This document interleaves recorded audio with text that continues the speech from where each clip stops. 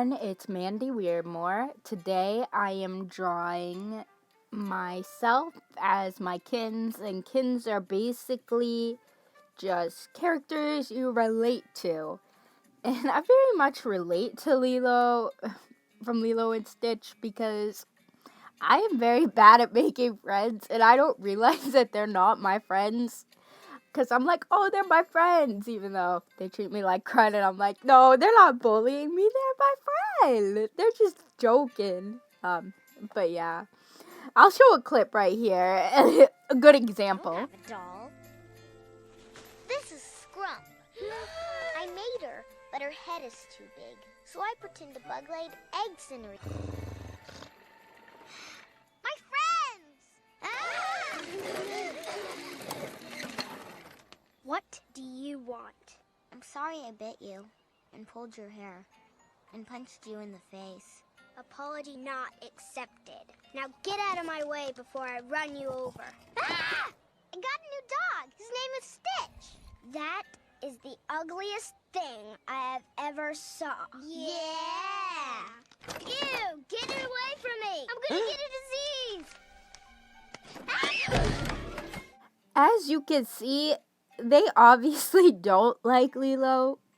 And I only know when people don't like me is when somebody else is like, they don't like you. Why are you trying to be friends with them? And I'm like, but I really thought they were my friend. So, yeah, again, very much me. So, I felt Lilo very much describes me. So, here I am drawing Lilo, and I drew my dog as Stitch. He's in a little Stitch costume because he's my own little personal Stitch. He also kind of has the personality of Stitch because he's a little crazy, but I love his craziness. It's what makes him so awesome. He's got a crazy personality. I am curious, though, if Lilo ever grew out of, thinking everyone's her friend when they're not. Because I still haven't, but that's a different story. But here I am as Lilo, and here's my Sushi, my dog, as Stitch. So here's the final copy. Hope you like that. The next character I relate to is Star from Star vs. the Forces of Evil. I relate to her a lot because I often didn't relate to others. And I didn't get a lot of the jokes other kids said. My friends would explain them to me, but they'd often call me a dense anime protagonist, the classic anime protagonist who doesn't get stuff, but in the romance animes, yeah, it's accurate, but I did change her wand up a little bit because I'm not as happy rainbowy as Star, but I am, misunderstanding the world, feeling a little bit out of place. I understand what it feels like to be in one place and then get transferred to another. She was on a whole different universe. Well, what is it? I can't remember now, but it's in the theme song. And now she's on Earth in a regular high school. Mine's not as drastic. I was homeschooled for 2 years and then went back to school, and high school is very different. So here is me as Star. And then we have New Girl, and I'm drawing myself as Jess because I often too sing everything, and my dad calls me quirky, and I think Jess is quirky too. My sister even compares me to Jess. I'm a lot like her, singing, dancing around. Jess is kind of very emotional too. I'm not saying that I'm emotional, totally not. People don't call me emotional all the time. I don't know what you're talking about.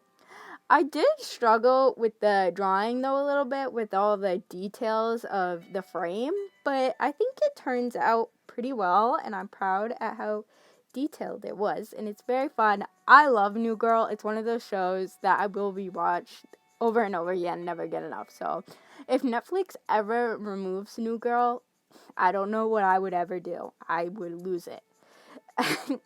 So that is me. I got the character design. And here I am coloring the frame. That was also hard, putting in the backing, because I wanted the background to look the same. And here I am in New Girl. I think it turned out pretty good. I'm happy with it. I look cute. Yeah. And the next character I do is May from Night in the Woods. Oh, I had a little voice crack there. And I drew her as a human, though, because I'm not drawing myself as a cat. I'm not a furry, okay? I'm not doing that. But I relate to May not really knowing what she wants to do with her life. She's a very relatable character. She dropped out of college, living with her parents. I mean, I did it for health reasons, but, like, May, I just relate. She has no idea. Her friends are working. She sees her friends, but they're always working, and she's, I mean, I don't have a cult in my town, not that I'm aware of, so that I do not relate to her with. But I do have a friend that reminds me of her friend.